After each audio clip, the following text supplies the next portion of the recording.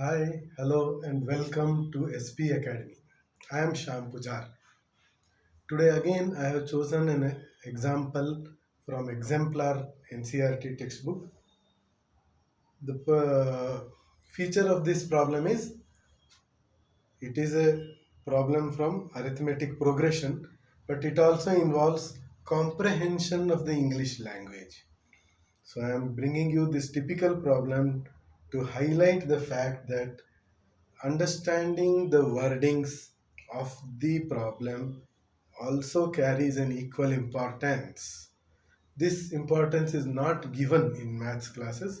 So today I am taking up this problem to show you how you have to be strong in English and comprehend what the examiner is asking and give the proper answer. So let us take up the question. Eighth term of an AP is half its second term. Eighth term of an AP is half its second term. Now go to the next sentence. 11th term exceeds one third of its fourth term by 1. 11th term exceeds one third of its fourth term by 1. Find the 15th term. So this is what I say when I mean that comprehension plays an important part in solving these kind of questions.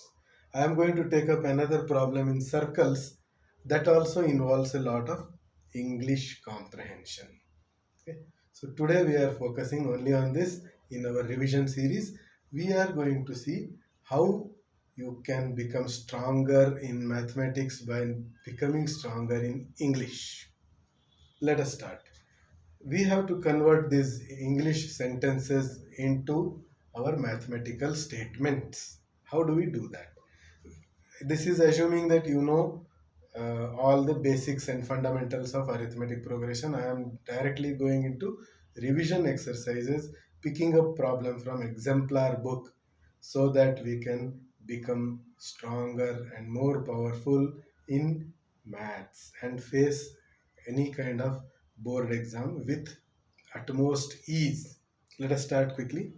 Eighth term of an AP is half of its second term. Now here you know the general formula for the nth term of an arithmetic progression. That is an is equal to a plus n minus 1 into d. Here the number is provided. That's the eighth term. So how do we write the eighth term?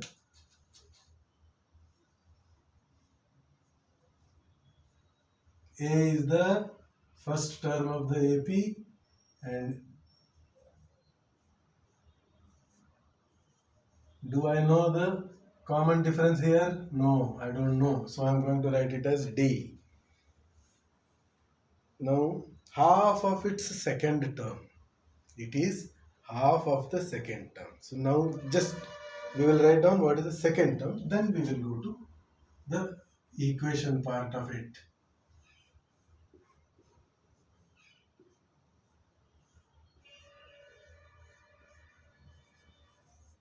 These two are not our equations. They are the backbones of our equation. Still, we have not formed our equation at all because I have to again go through the statement. Eighth term of an AP is half of its second term.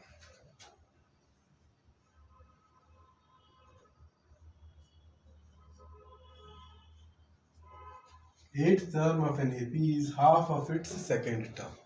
Now I am going to translate this into our regular equation. Quickly we'll do that. A plus 7D. A plus 7D is equal to half A plus D. This is my main equation. This is the important equation. Now we have to solve this. Okay. Take this 2 on this side. 2A plus 14D is equal to A plus D. Are we going to get an answer here? No, we are not going to get an answer here, but we will get an equation that equates A and D, which maybe in the next term we can substitute and find the answer. So take a on this side. 2a minus a is equal to d minus 14. A is equal to minus 13d. This is very important. Mark this in a box because we are going to use this in our next step. Is the first step clear? This step is very important because we get this equality which we can use in our next equation. So it's a pair of linear equations which will be solved in form of simultaneous equations. So after doing all this, what did we get? A is equal to minus 13d. So either A is negative or D is negative. This is very clear from the first term itself. See, if you observe the language properly, the eighth term is half of the second term. Means as you go further, the terms are decreasing. That is the reason why we got this minus sign here. So don't get scared or frightened about why you got this minus sign. It is very clear from the first line. It is also clear from the second line. Have you read the second line carefully? 11th term exceeds 1/3 of its fourth term by 1. 11th term is just one more than the 1/3 of its fourth term. Means fourth term is almost 3 times bigger than the 11th term. So this is how you need to comprehend.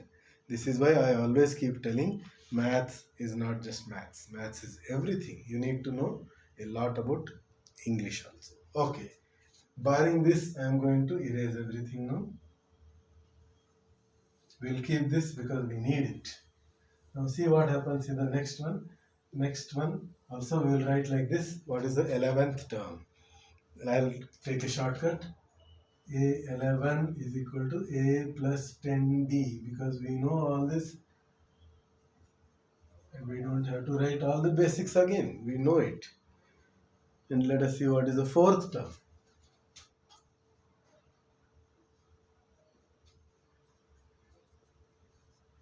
This is our fourth term. As I said, this is not the end of the story. This is just the middle part. This is just a introduction. What we have to do, we have to translate this. 11th term exceeds the 1/3 of its fourth term by 1. Now, this has to be 11th term is A plus 10D minus 1 by 3 of A plus 3D is equal to 1. This is exceeding this by 1. This is exceeding 1/3 of the fourth term by 1. This is how we write in mathematics. Okay, now the time has come to solve all this. 3a plus 30d minus a minus 3d is equal to 3. I have skipped some steps, but I hope you will understand this. This 3 is the LCM now, and I have multiplied wherever it was necessary here, and then I took 3 on the other side. So 3a minus a is 2a, 30d minus 3d is 27d is equal to 3. This equation has two unknowns. What do? We make use of this. A is equal to minus 13d. Quickly follow the substitution method of solving simultaneous linear equations. In substitution method, the result found from one equation is put into the other to find the. Essentially, we are eliminating one of this by substituting. Substituting in order to see that one out of the two unknowns vanish. So here the same thing I am going to do. I put a is equal to minus 3d. A will simply go away. Only d will be left. We will find the value of d. Then we will get a out of left. So 2a. If a is minus 13d, 2a is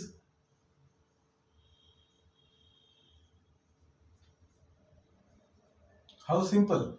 Minus 26 plus 27 is just d is equal to 3. Very, very important. D is equal to 3. I found out that D is equal to 3. I just need to find what is A. There are 4 equations available to me. I can put it in any one of them and find out the Or I can again go back here. A is equal to minus 13d. Oh my. A is equal to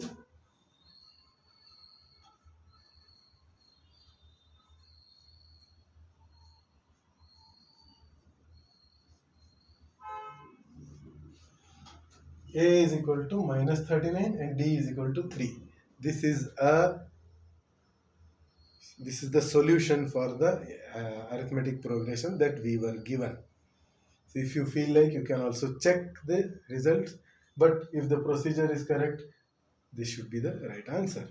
A is equal to minus 39. So the very first term is negative, and that is why it happens like that. Okay. So when you go as further, adding 3, 3, 3, minus 39, and as you go further, it becomes uh, negative numbers which are bigger than minus 39. They go that way. Okay. Till they reach 0. Hence, these are the answers.